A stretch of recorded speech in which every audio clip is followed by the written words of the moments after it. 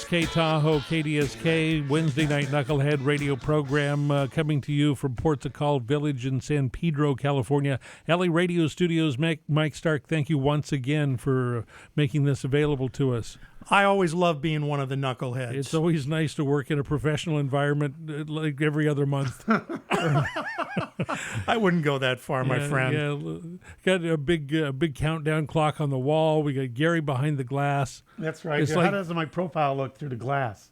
About the same. Okay, just wanted to make sure. And we've got Bethany Williams here in the studio with us. Bethany won the right. She bid up and won the right to be an official knucklehead for the night. And how do you feel so far? I am loving it. Are you having fun? I'm having fun. Okay, good. We'll try to make that continue for the next 2 hours and 37 minutes of riotous or radio fun. So you've written a couple of books, and the CEO of you, meaning taking charge. Taking charge of your career. Being the head shed of your career. Yes. What's in a nutshell in the next minute or two? What are the one or two most important tips that you need to do to run your own life in a CEO style fashion?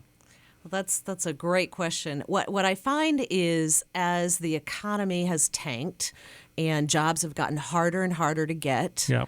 People have focused all of their attention on just putting more and more and more hours into the companies. And what they've not focused on is, am I in the right job? Am I using my passions? Am I doing the right things with the gifts I have? Don't you think the days of being judged by the number of hours you put in are behind us? They should be, but people out of fear are working ridiculous amount of hours. They're not taking vacations. They're not playing to their strengths. They're not marketing themselves, and they're working themselves out of a job. I worked for a crazy old man for a while. I mean, he was 75, pushing 80. His management skills were born out of World War II, slightly modified by the 1950s, but not much. Yeah. Right? And there was a couple of things that he said that just rang true, right? I mean, you don't get that old and stay in that position by being stupid. Yeah, without learning something. He wasn't Absolutely. stupid. He was mean and he was nasty, and he, he had an imaginary sign over the door. If he had a choice, it wouldn't have been imaginary, that said democracy ends here when you walk into the building. But, he used to say, don't confuse efforts with results. Right? Don't tell me how hard you work because I don't care. Yep. Right? Yep. Tell me what you accomplished. Tell me what got done. And that goes to judging people by the number of hours they spend, right? Exactly. I mean, yep. There's always the story about the efficiency experts that saw the guy, with his feet up on his desk and said, well, that guy should be fired. So, well, he thought of something last week that saved the company $100,000, so he gets to stay. He gets to stay. I remember we had this one guy at a software company years ago that used to sleep at his desk. And I said, we need to fire that guy. Do you see he's sleeping at his desk? And they said, you don't understand. He writes the best code of anybody we have on staff. and probably delivers on time. Exactly, right? Exactly. Results is a very important focal area that not only do we not focus on results, but we don't market the results that we did accomplish. There you go. You need to let people know what it is that you did today. First of all, this campaign that's come out recently about eliminating the term bossy when it comes to women. Well, and I think really what they're trying to attack is the fact that when men are assertive at the office, it's a good thing. And when women show assertiveness at the office, often it is considered a negative thing. And so I really think the whole ban bossy thing is more about a movement to stop discouraging women from being good at what they do. Well, they said that, it probably even goes beyond that in the workplace to the other B word that they can use for discrediting women. It's not just bossy. It becomes offensive, obviously, in derogatory terms. Yes. And I think that women are attacked in the workplace, in not only in front of them, but in behind their backs. Has that been your experience? I have struggled. I was a senior leader. I was widowed at a young age, and so I was a single mom in a leadership role in a day and age when it was not popular to be a single parent in leadership. And I didn't tell anybody that I was a single mom because I knew they'd hold it against me. I knew they would have all of the stereotypes that I wouldn't show up for work or I would miss too much. And so I kept it a secret. I understand exactly what you're saying. Even being in an executive role myself, I was in between marriages for 10 years. Oh. And they would take the senior staff on these, outings or retreats or whatever, or conferences. But it was you and your spouse are invited. And because I didn't have a spouse, I wasn't even invited a lot of times. Yep.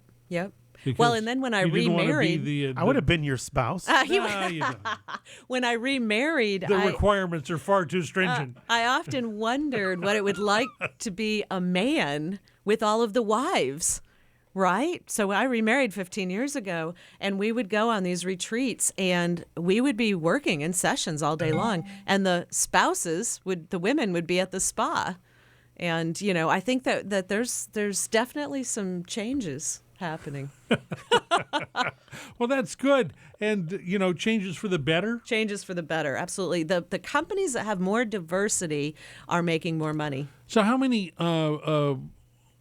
emails or phone calls? You said you have 40,000 people following you for advice, but do you get those warm fuzzies? Do you get the letter from the woman that was that read the book and took some of the principles and applied those principles and has bettered themselves and come back to you and given you positive feedback and say, I really appreciate what you've done and your message? And that's worth the journey for me. Of course. I think that every time I get and I take calls, I answer emails. I actually have a team of 8 that supports my books and helps me with some of the responses when I can't get to all of them. But I feel like I got a raise when I help someone negotiate 30%, or I help someone get the job that they didn't think they'd be able to get, or the promotion, or just start something fresh because they read Live Your Dreams and decided they could start all over again. I feel like I did it. I feel like I accomplished it. I feel like I got the raise. We're glad that you're here. And we were going to talk a little bit about negotiation strategy and technique, where, again, without getting the label of being sort of a bossy woman or someone that's totally pushy, how does someone intelligently and how does someone approach negotiation of salary without ruffling feathers in the process? Yep. And first of all, we have to accept the fact that as women, a lot of times we just don't want to ask. So they're not, as a gender, we're not asking for the pay, but it really starts with our blue book value. I call it our blue book value. When you go to buy a car, the women I talk to are amazing at figuring out exactly what features it has and exactly how much that car is worth. Mm-hmm. We have to do the same thing with our skill sets. Based on what we do, the job title we have, the geography we're in, the size of the company we work in, we have a blue book value as well. We have a market value. And what's the easiest and best way of determining that? Finding someone in a comparable position, a comparable company, that's actually one way to do it, and getting the women to share numbers. So if amongst themselves, right. Not necessarily with the same company, because some companies restrict that, but in another company, for as well as darn good reasons sometimes. Yeah, you can look up on salary.com. Sometimes you can find your position. You can also buy salary surveys. That's true. If it's a healthy enough position and the dollars are strong enough to support that, that would be one way to go. I mean, a lot of companies do comps, right? Yep, some of them do. A lot of those comps are absolutely worthless from the day that they're printed. And they don't want to tell you what they are either. Yeah. There's also a little-known website that called Glassdoor, where employees fill out how much they're making and then in exchange can see what other people are making. And it allows you to see into a company. That's a great idea. I mean, first of all, once people start to exchange information within a company of what their contemporaries are making, right? Mutiny is going to take place. There's no names Right. shared in that. Because at this point, there's a variety of reasons that people attain the salary that they do. Either it's the education level, it's the skill set, it's the longevity with the company. They were grandfathered in a long time ago, and That's true. That's true. To grow in a company organically over a period of time.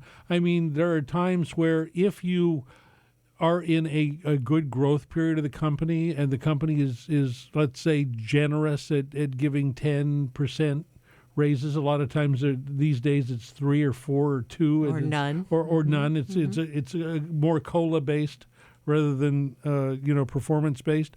So let's say that you hired in at a certain value. If you got a 10% bump over 7 years, right? Then you're behind market. Yeah.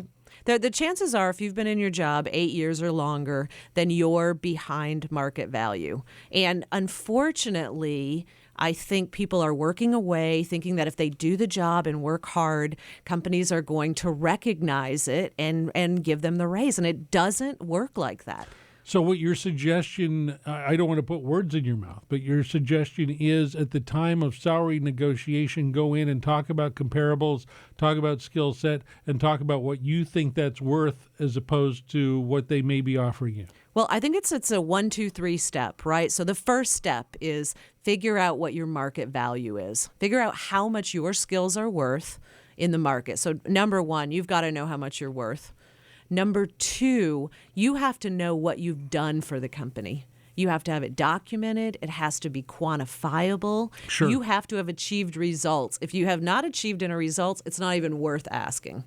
So if you've made a contribution to that company, then number three is you have to acknowledge I call it acknowledge the ugly truth. And that is women are making 22 to 30% less than our male counterparts in the same position. And the only way we will probably fix that is if we are able to ask. Close the gap. Close the gap. So you got to close the gap, and it's not a combative conversation. This is a conversation where you say, you know what, I have a dilemma. I love working for this company, and unfortunately, over the years, I have fallen below market value.